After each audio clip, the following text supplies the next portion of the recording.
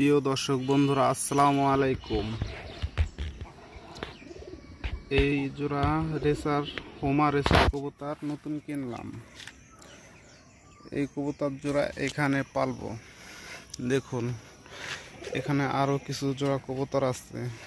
স্বল্প খরচে কবুতর পালন করার জন্য এটাই বেস্ট উপায়। দেখুন, আমার যখন মনে হয় আমি কবুতর ছেড়ে দিই, আবার মনে চায় কবুতর আটকিয়ে রাখি।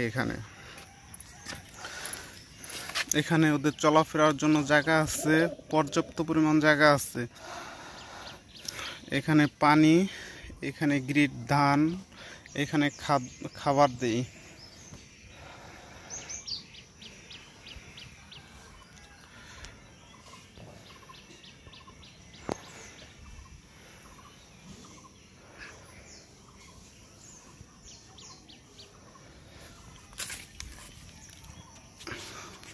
এই কবুতর জোড়া আমি এখানে পালন করব।